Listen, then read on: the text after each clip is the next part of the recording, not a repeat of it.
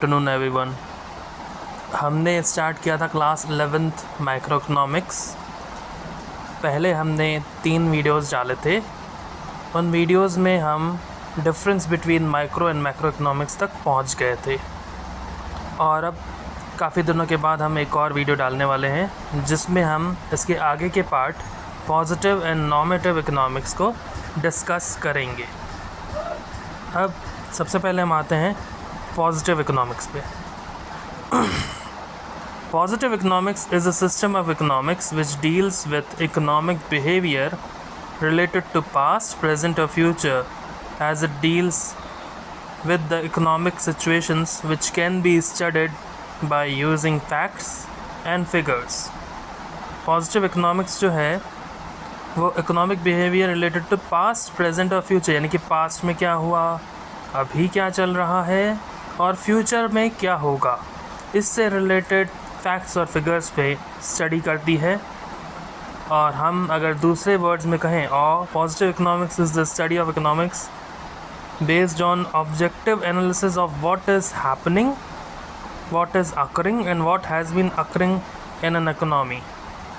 Sorry, it is what is occurring and what has been occurring in an economy, यानी कि क्या हो रहा है और क्या हो सकता है और क्या होगा आगे, उसके ऊपर डिपेंड करता है।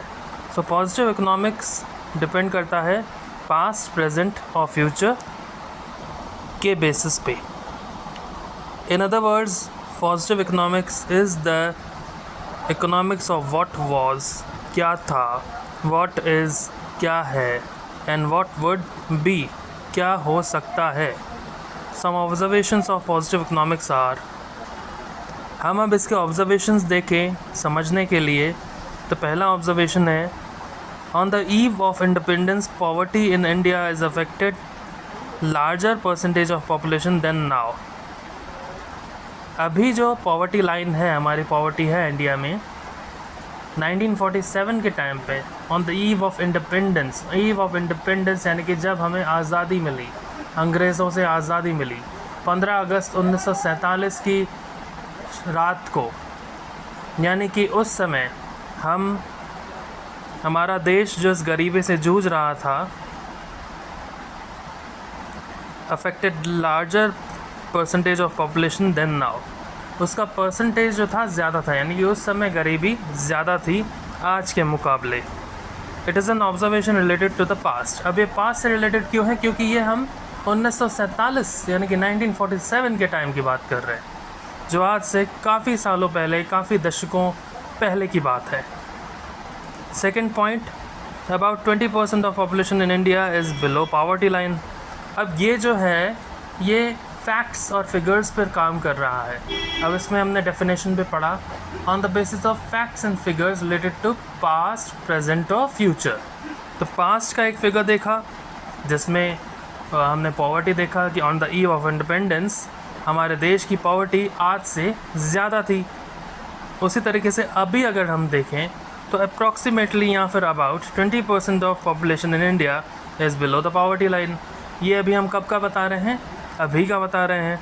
It is an observation related to present, यानी कि अभी की जो ऑब्जर्वेशन है वो ये कह रही है कि हमारे देश में इस समय लगभग 20% जनता जो है वो गरीबी रेखा के आसपास या उसके नीचे है। इसी तरीके से अगर हम आगे बढ़ें तो एक और पॉइंट हमें लेना पड़ेगा, ऑब्जर्वेशन ऑफ फ्यूचर, क्योंकि पॉजिटिव इकोनॉमिक्स जो है फैक्ट्स एंड फिगर्स पे बात करती है पास्ट, प्रेजेंट और फ्यूचर के। If population in India continue to grow at the existing rate then the percentage below poverty line will increase in next year. It is an observation to future. अगर हमारे भारत की जनसंख्या इसी तरीके से बढ़ती गई तो आने वाले समय में हो सकता है कि परसेंटेज रेट जो है, प्रतिशत जो है हमारे जनसंख्या का, हमारे पॉपुलेशन का, वो और भी बिलो द पॉवर्टी लाइन हो। अब इसमें देखिए ये एक प्रैक्टिकल चीज़ है। अगर जनसंख्या बढ़ेगी तो अगर हम पॉजिटिव चीज़ पर देखें तो हमारे सोर्सेज ऑफ इनकम भी बढ़ेंगे, लेकिन जब जनसंख्या बढ़ेगी तो जो रिसोर्सेज हैं वो कम हो जाएंगे। रिसोर्सेज कम होने की वजह से पॉवर्टी को जो हम इरेडिकेट यानी कि ख़त्म करने की कोशिश कर रहे थे वो ना ख़त्म होकर हो सकता है और भी बढ़ जाए। एक छोटा सा एग्ज़ाम्पल लेते हैं कि अगर मेरे पास 10 लोग हैं जिनको मुझे इरेडिकेट करना है पॉवर्टी से, लेकिन उनकी जगह 15 हो गए तो मेरे ऊपर बर्डन ज़्यादा आ गया, प्रेशराइज में ज़्यादा हो गया। इसी तरीके से अगर सरकार का हम एक एग्ज़ाम्पल लें तो हमारी गवर्नमेंट पर भी प्रेशर ज़्यादा होगा जब पॉपुलेशन बढ़ेगी। तो जैसे जैसे पॉपुलेशन बढ़ेगी वैसे वैसे हो सकता है पॉवर्टी भी बढ़े। तो इसको हम डायरेक्टली प्रोपोर्शनल कह सकते हैं। अब यहाँ तक किसी को समझने में कोई प्रॉब्लम हो तो आप मुझे कमेंट सेक्शन में पूछ सकते हैं। आगे हम आते हैं characteristics of positive economics. Positive economics को पॉजिटिव स्टेटमेंट भी कहते हैं। Characteristics of positive statements that is economics is as follows. These statements highlight the nature and extent of economic problems or analyze the economic behavior of the people related to past, present or future. Past, present और future के basis पे, उनके facts के basis पे जब भी कोई चीज़ को हाईलाइट किया जाए, इकोनॉमिक प्रॉब्लम को हाईलाइट किया जाए तो उसे पॉजिटिव इकोनॉमिक्स के बेसिस पे ही किया जाएगा। ये सारे, दूसरा पॉइंट है, ये सारे स्टेटमेंट्स जो हैं फैक्ट्स और फिगर्स पे रिलेटेड हैं, पास्ट, प्रेजेंट और फ्यूचर के। These statements are based on facts and figures related to past, present और फ्यूचर। थर्ड पॉइंट है, these statements are verifiable for truth, क्योंकि पहले ही हमने कह दिया कि जब फैक्ट्स और फिगर्स हमारे पास हैं, पूरा स्टैटिस्टिकल डेटा हमारे पास है, तो स्टैटिस्टिक्स जब हमारे पास है तो हम उसको वेरीफाई कर सकते हैं चेक करके।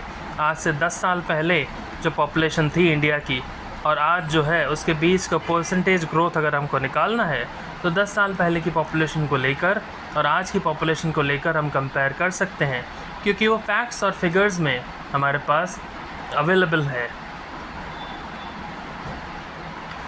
Fourth point, these statements do not reflect any value judgment और ओपिनियन ऑफ द इकोनॉमिस्ट।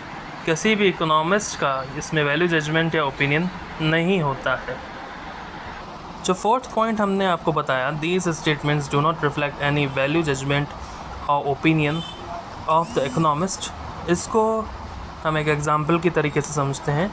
एक एग्जांपल लीजिए, X says India's population is 120 crores and Y says India's population is 130 crores. Here both statements are to be considered as positive even if second one is wrong and first one is right. देखिए, इसमें किसी economist का value judgement नहीं है, क्योंकि अगर एक इंसान कह रहा है कि भारत की जनसंख्या अभी के समय 120 करोड़ है और दूसरा कह रहा है नहीं 130 करोड़ हो सकती है, तो दोनों की ही बात सही है। इसी को लेकर हम किसी को गलत या सही नहीं ठहरा सकते, पर इसको पॉजिटिव इकोनॉमिक्स के स्टेटमेंट में लेना ही पड़ेगा। ऑलराइट, तो अभी हम पॉजिटिव इकोनॉमिक्स पढ़ चुके, अब हम आते हैं नॉर्मेटिव इकोनॉमिक्स में। Normative economics aims to determine people's desirability or the lack thereof to various economic progress situations and conditions by asking what should happen or what ought to be. Therefore, normative statements typically present an opinion-based analysis in terms of what is ought to be thought to be desirable. ये थोड़ा सा tough language लग सकती है आपको, इसको मैं समझाने की कोशिश करता हूँ। Normative economics aims to determine people's desirability. Normative economics का एम क्या है? ये डिटरमाइन करना कि लोगों की डिज़ायरेबिलिटी यानी कि उनकी इच्छा यानी कि उनका ओपिनियन क्या है, और the lack there of to various economic programs. बहुत सारे इकोनॉमिक प्रोग्राम्स या सिचुएशंस या कंडीशंस में